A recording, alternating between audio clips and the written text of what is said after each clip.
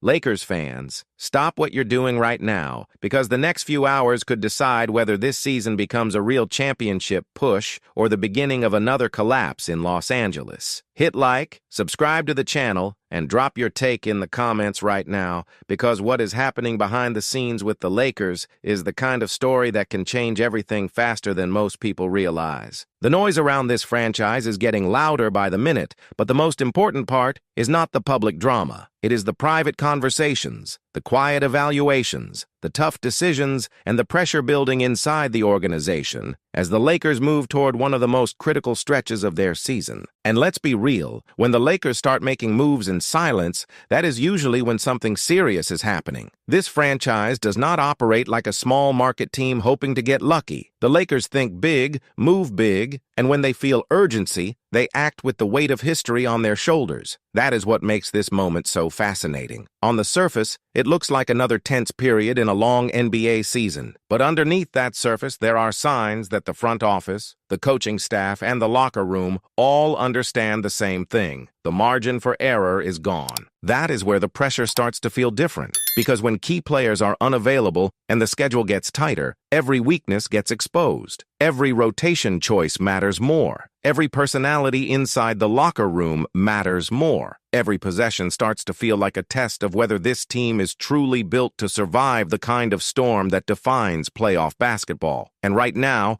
one name is sitting in the center of that storm, DeAndre Ayton. This is where the conversation gets complicated, because Ayton is not a player lacking talent. Nobody who has watched him at his best can deny that. We have seen the size, the touch, the rebounding, the ability to control space around the rim, and those stretches where he looks like a force that can change a game on both ends. The problem has never really been whether Ayton can play. The problem has always been whether Ayton can sustain it when the pressure rises, when expectations grow, and when the emotional temperature inside a contender starts to boil. That is why the latest reports and comments floating around the league hit so hard. When voices like Kendrick Perkins start calling a player a diva or suggesting he can become a problem in the locker room, those comments do not just create headlines, they create doubts. And in a city like Los Angeles, doubt spreads fast. It moves from television to social media to the fan base in a matter of minutes. Suddenly, every missed rebound looks worse. Every lazy closeout feels personal. Every quiet moment on the bench becomes a topic. That is the reality of wearing a Lakers jersey. If you are going to be part of this franchise, you are not just playing basketball. You are living inside a microscope. Now add the competitive context. If Luka Doncic and Austin Reeves are not available, or even if they are limited, the burden shifts immediately. Somebody has to absorb the pressure. Somebody has to stabilize the team. Somebody has to bring production when the stars cannot carry the full load. In theory, that opportunity could be exactly what Ayton needs. This could be his moment to remind the league why he was once seen as a franchise-level big man.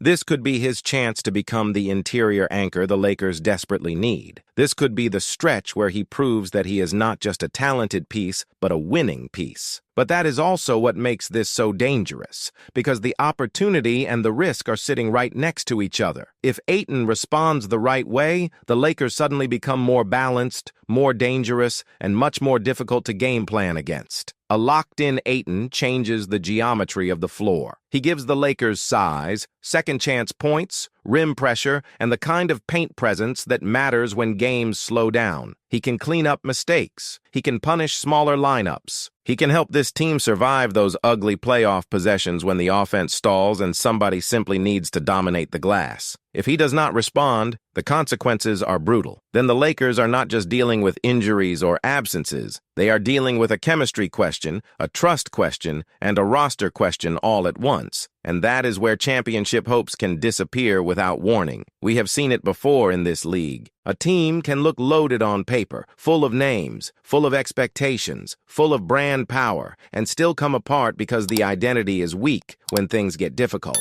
Talent gets attention, but trust wins in the playoffs. Discipline wins in the playoffs. Sacrifice wins in the playoffs. That is why this moment feels bigger than one player and bigger than one game. It is really about the direction of the franchise. The Lakers are trying to figure out whether this group has the emotional toughness to survive real adversity. J.J. Redick and his staff are under pressure to keep the team connected, sharp, and focused, especially when outside criticism gets louder. The front office is under pressure to evaluate who is helping, who is hurting, and what needs to change now versus later. And the players themselves are under pressure to prove that this is more than another talented roster with more headlines than substance. Ayton, in many ways, represents that entire tension, because when he speaks positively about the coaching staff and says this is one of the most united groups he has been around, that matters. That tells you there is at least some belief internally that this can work. It suggests the Lakers see something worth investing in. It suggests there is still a lane for growth, still a path toward consistency, still a reason to think this experiment can turn into something meaningful. But words in April are one thing. Production in pressure moments is something else entirely. And that is the lesson every Lakers fan understands deep down. This franchise is not judged by potential. It is judged by banners. Nobody in Los Angeles cares that a player looks great every third game if he disappears when the spotlight gets hottest. Nobody hangs a banner for almost. Nobody remembers the excuses once the season ends. What gets remembered are the players who meet the moment, the players who embrace the expectations instead of shrinking from them, and the teams that stay mentally together when the pressure becomes relentless. So, let me say this clearly. The Lakers do not need Ayton to be perfect. They need him to be reliable. They need energy every night. They need him rebounding in traffic, protecting the paint, running the floor, finishing through contact, and playing with force instead of drifting through stretches of the game. They need him to make the simple winning plays that change momentum without always showing up in a flashy highlight. Because when a big man controls the interior, the whole team breathes differently. The guards play freer. The defense gets more aggressive. The entire structure becomes stronger. And before we go any further, if you are loving this kind of real Lakers breakdown, hit like, subscribe right now, and comment below with one word that describes how you feel about this team at this exact moment, because this is where the true fans separate emotion from analysis and really say what they believe. Here is the bigger issue nobody can ignore. Ayton is not just playing for tonight. He is playing for his future. A contract around $16 million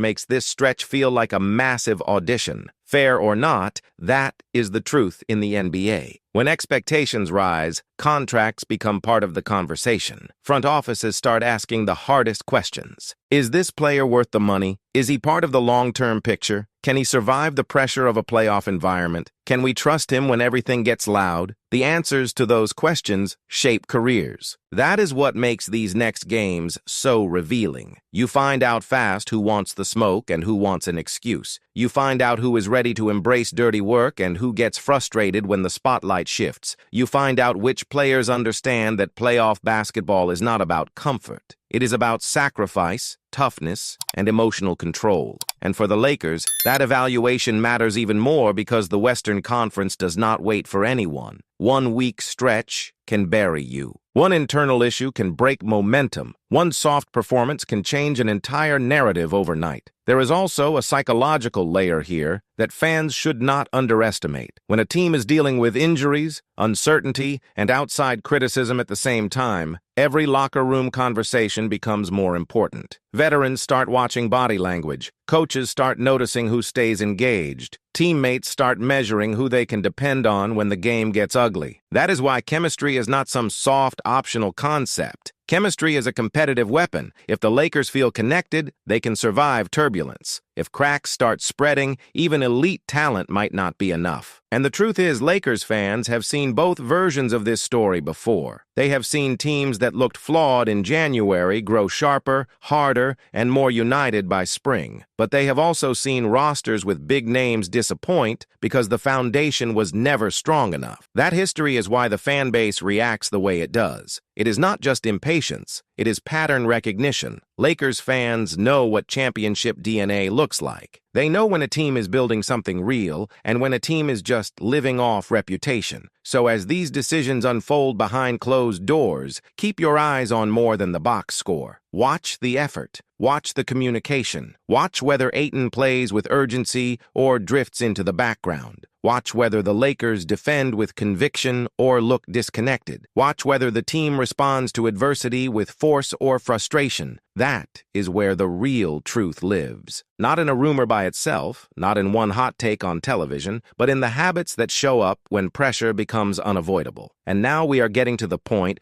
where every move feels magnified. Every internal adjustment, every lineup tweak, every message from the coaching staff matters because the Lakers are running out of time to define themselves. This is the stage of the season when contenders become obvious and pretenders get exposed. There is nowhere left to hide, no easy explanation, no patience from the fan base, no escape from the expectations that come with representing one of the biggest brands in sports. That is why this moment could end up being remembered as a turning point. Maybe this is where Ayton locks in, embraces the role, and helps push the Lakers toward a dangerous playoff run. Maybe this is where the coaching staff finds the right combinations and the team builds the toughness it needs. Maybe this pressure becomes the thing that unites them. But maybe the opposite happens. Maybe the inconsistency continues. Maybe the noise gets louder. Maybe the doubts inside and outside the building become impossible to ignore. Either way, the next stretch is going to tell us a lot about who the Lakers really are. And there is another angle that makes this even more intense for the Lakers. This franchise is always balancing the present and the future at the same time. That means every decision has two consequences. One affects the next game, the other affects the larger vision. If the Lakers believe Ayton can be part of a winning core, they may stay patient and keep building around his strengths. If they start feeling that his inconsistency is limiting what this team can become, then every conversation changes. Suddenly,